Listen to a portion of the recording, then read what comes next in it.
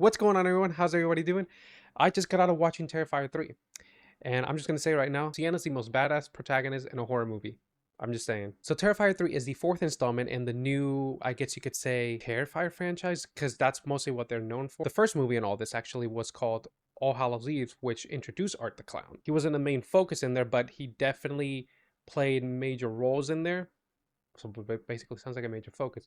He made cameos, that's what I'll say. Back in 2013, following it up with 2016's first Terrifier, then a few years later was Terrifier 2 back in 2022, and then quickly we got this newest sequel, which is Terrifier 3 in 2024. Each of them surpassing one another in terms of budget, and most importantly, gore. So with that being said, how does this new installment do? Well, pretty good. I love this movie. But it's not just that, it's the entire team. You can tell that they really care for this. It shows on screen how proud they are of what they are creating and presenting to us as the audience.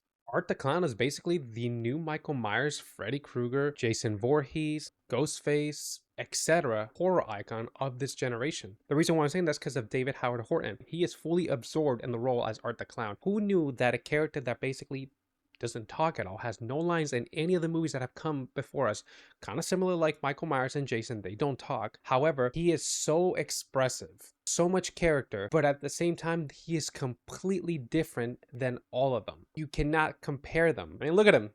He's just perfect. Ellie Fulham is back as the brave Jonathan, who is basically trying to live life as normal as possible and move on from the situations that happen in Terrifier 2. And with that, the beautiful Lauren Rivera returns to kick-ass as Sienna to get ready for the inevitable confrontation that she's going to have with Art the Clown. This movie basically follows up at the end of Terrifier 2. I believe it was like 5 years after the events of Terrifier 2. They do go back and forth between what happened in the last movie and then go back into the present time. So there's that. It's just some explaining of where the characters have been. However, you will have more questions in the end than answers. But I believe that's all part of his big master plan in terms of how many I think he said what? We're getting a Terrifier 4 and 5, he said, the director. If that's the case, then I mean, we got a lot going, and who knows, they might get Art in space one day.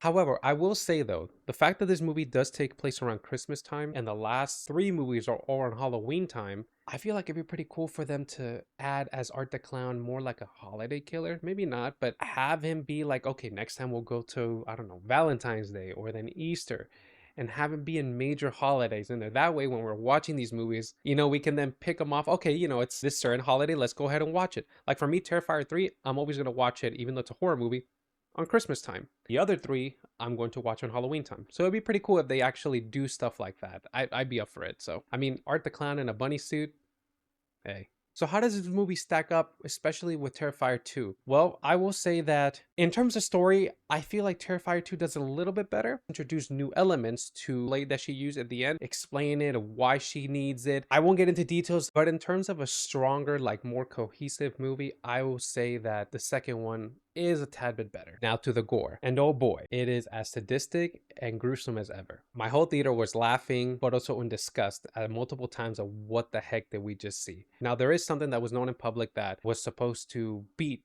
the bedroom scene in Terrifier 2. I wish that wasn't made public, but I get it. It was for us, the audience, to be, you know, hyped for this new one, to like, oh, what are they going to do next? But knowing that, it made me always be on edge, like thinking, like hyping that scene up so much more that when it actually came, well, it was really good and disgusting as hell. I was not as surprised as the bedroom scene. It's great, but with that, I would say the bedroom scene still is the most disturbing thing that I've seen in this franchise, and actually I would say horror slasher movies. I mean, man, the way when he opens up her flesh and like puts salt on it, like he was like like rubbing in a turkey to make it for Thanksgiving. Ouch. Now, in terms of pacing, I will also say that the second Terrifier movie is a little bit better on that. This movie does move pretty quickly. It's not that you're dragging, but there are certain scenes that when you're watching it, characters get from point A to point C, and then B is just missing, and sometimes they just don't really explain it how. I would just like a little bit more explanation, especially towards the end, if you know what I mean. When you watch it, it just happens, and then you're like, oh, okay, we're in the final act. But maybe I think that these scenes that we didn't see, they're probably going to be filled in Terrifier 4 for more explanation and more lore building into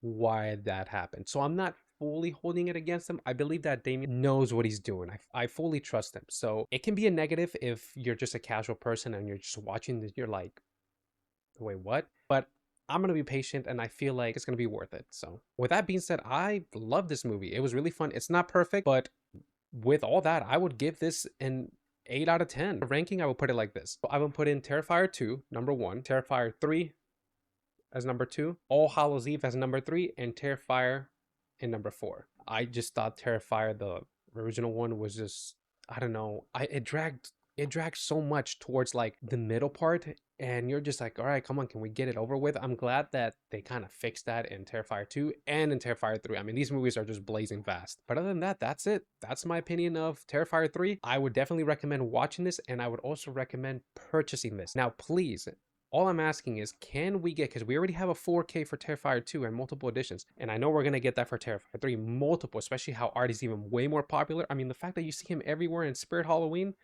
in t-shirts and Hot Topic, Spencer's. I mean, hell, look at that. A character that is just known for, yeah, it's been 10 years, is this popular. Like, that's crazy. What we really need next is an All Hallows Eve and Terrifier 1 4K release. Please release a 4K release, or throw in some steelbooks in there. You know, people are going to buy them.